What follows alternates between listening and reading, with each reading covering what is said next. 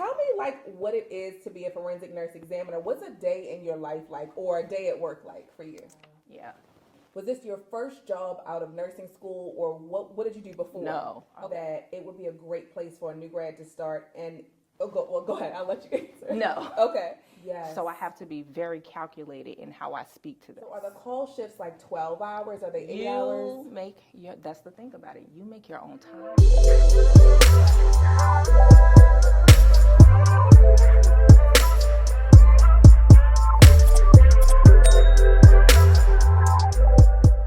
Hey y'all, welcome to the What's Tea podcast, where we have real conversations about nursing and entrepreneurship.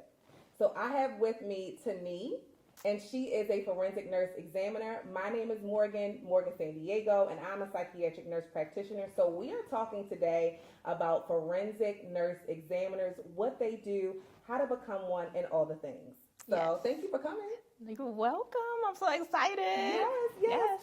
So tell me like what it is to be a forensic nurse examiner. What's a day in your life like, or a day at work like for you? Well, a day at work is you're pretty much on call. So being on call, you may get a case, you may not. So I will get a call from the ER.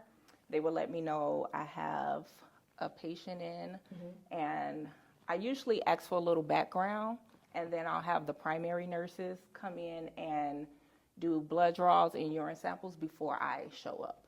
Okay. So once I go into the hospital, they're usually in the ER. Sometimes it depends, they can be on the floor, but I go in, I speak to the patient first, ask them, are they okay with this exam? I explain everything, the steps, the medical forensic part, the evidence, the photography. I have them consent if they want to. I make sure that I make them comfortable, because we have to remember these are victims of assault.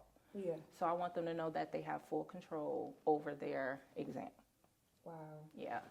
Was this your first job out of nursing school, or what did you do before? No. Okay. Oh, man. I did so many things. My first job out of nursing school was IMCU.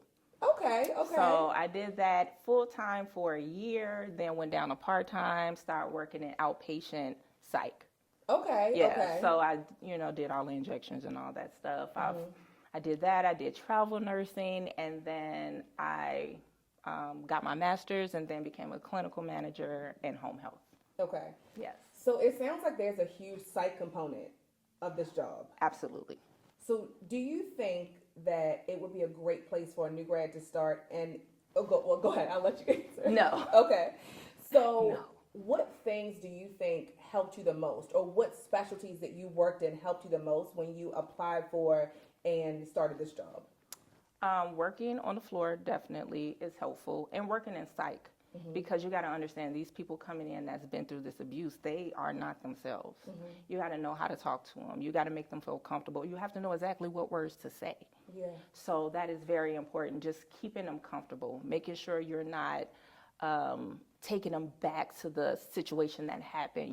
Me as a forensic examiner, I do pelvic exams. So I can't say, well, open your legs, because that may make them feel like, oh, they said that to me. Yes. So I have to be very calculated in how I speak to them. Ooh, okay. Yeah. I didn't even think about that. And I'm a psych nurse practitioner. Yeah. So it's amazing like how many things that we don't even think about that could be really triggering for a victim of SA. Yes, exactly. Yeah. So what do you think are the biggest misconceptions that people have about SA or what you do as a forensic nurse examiner? So they look at it like, oh, you're just doing kits. And it's more than a patient coming in and getting a kit done. It's giving them their control back of their life. They were in a situation where they had no control. So now I'm giving them that back. It's more than that. It's the emotional part of it as well. Yeah. I think especially when you're a victim and you're in a place of having no power, I think that's so powerful that what you can do for them, like asking them things like, is it okay if you might part your legs this way so I can do X, Y, Z, explaining to them the medical necessity for what needs to be done, and explaining it in a way that that it's not, sexualized. Exactly. That it's completely medical and the person also feels comfortable.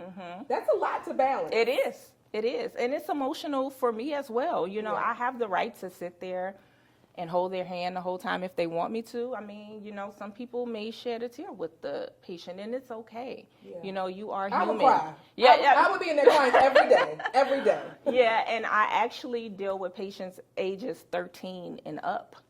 So, you know, Kids. yeah, I don't do anything younger, but 13 and up, you know, you still think about that. I have kids. I have a 10-year-old, I have a 13-year-old, I have an 18-year-old girl. Yeah. You know, so it can be a lot sometimes. Whew. So are your shifts and like because you said that you do call. Yes. So are the call shifts like 12 hours? Are they 8 hours? That's the thing about it. You make your own times, your Oh, own wow. days. I'll text her and say, hey, I want to work 3 to 7 this day. Mm-hmm. And I'll do 7 to 7 this day or whatever. You make your own time and days. Okay. They do not give you a schedule. You make your own. Wow. Literally. So as far as like qualifications and training required to have this job, so can you talk more about what's required if you have to be a nurse, if you can be an LPN versus an RN? Like, tell me all about that. Okay, so yes, you do have to be an RN. You can have an associate's, that's fine, but you need 1 year of clinical experience to do this. You have to do a 16-hour, well, I know this is for Illinois. I will say that because everybody is different. You will go through the Attorney General in your state in order to find out what their requirements are. But in Illinois, we do a 16-hour online course, and then you go in for a 40-hour didactic training where they kind of do a lot of the paperwork. It's paperwork. So they teach you how to do that. They go over how to collect evidence a little bit, but since you learn more of that in the clinical part of it, that's where you mostly get that experience. Okay. Yeah. So as far as the jobs themselves, so are you working for the state or are you working for a hospital or are you working like for the police? Like how exactly does that work? So I am hired through the hospital, but I'm hired as their on-call forensic examiner. But all the qualifications for the position comes from the Attorney General. Okay. Yes. So the Attorney General in every state determines what the qualifications are. Exactly. Wow. Yes. Wow. Okay. Yes. Okay. So we all get a checklist, and during training, you have your mentor. You have to have a mentor. And they go through that checklist with you as you get cases. You know, you go over them. We do case reviews every month. And as you check through that list, they turn it into the state. Then you become a AA saint. Okay. And then after 300 hours, you can take the national test and become nationally certified. Okay. Yeah. Okay. So this job seems like a lot. It does. How do you protect your mental health? And also, like, how do you and your coworkers prevent yourself from burnout? Because I think that as nurses, we think that when you have a job that is like physically taxing, that it causes burnout. But dealing with the things that you deal with day in and day out, even going down to children as young as 13, that's a lot. So how do you do that? You always have to take time for yourself. Yeah. You always have to put yourself first. I know, like, a lot of people are like, oh, I'm going to go and do overtime. I'll put myself on call a lot, which I did. I did put myself on call a lot because I wanted to learn. And I was on call so much that it was, like, crazy. But you don't always get called. But because I wanted to learn, I put myself on call a lot. But now that I more know what I'm doing, I step back, I kind of take my time because you do need that mental space just to relax and just take care of you. You can't, if you don't take care of you, you can't take care of anybody else. So that's very important to me. Yeah. So for nurses who are interested in pivoting over to being a forensic nurse examiner, what advice would you give to them, and what advice would you kind of even give to your younger nurse self? Well, going into this, you have to have a strong mind. You have to be emotionally stable. Just understanding how to connect with people. They will cuss you out sometimes because they're hurt, they're angry. So you just have to know how to talk to them. And going into this is actually just knowing that you want to help someone make a difference in their life. It may not be you may not see the end result of it when they go to court and all of that, but just knowing that I was able to give them some control back, able to, even I had some at the end of exams, they're smiling. And I've had a parent say, well, I haven't seen her smile in 2 weeks. Wow. You know, so just take care of you so that you can take care of others. Yes, I love that. So my next question is kind of about finding job opportunities.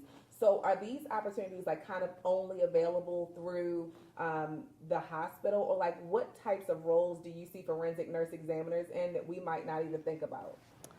Well, when you think of a forensic nurse, that's an umbrella of different things. So they can be everywhere, you know, just different types. But for SA, it is in the hospital. Yeah.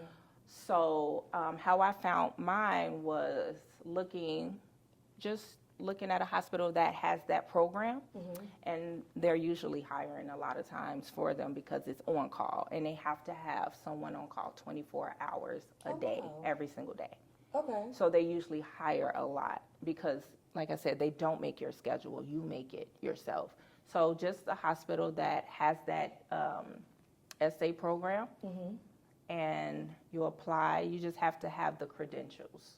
So are most of these hospitals going to be like level 1 teaching hospitals? So like a no. Emory or Grady, like the large scale? Any hospital? Any hospital can have it. Wow. Yeah, any hospital can have it. Okay. Amazing. So is there any last things that you would kind of leave our viewers with, or anything that you kind of want to say or let people know about you?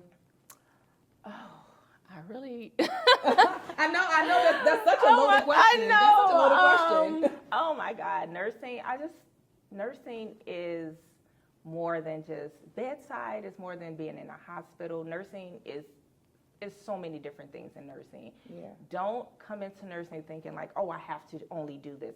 You will change your mind a million times. I have done everything. My friends can tell you I've done everything. So just be open to all the opportunities that's out there for you. And don't be afraid. Just step out there and do it. I love that. Tell everyone where they can connect with you and follow you and find you. Okay. I am on IG. I am mommygirls_3. And that's pretty much the only social media I have. And that's okay. Yeah. That's okay. Boundaries. Exactly. You know. That's enough for me. Yes. So yes, mommygirls _3. All right. Well, thank you guys so much for watching, and we'll see you soon.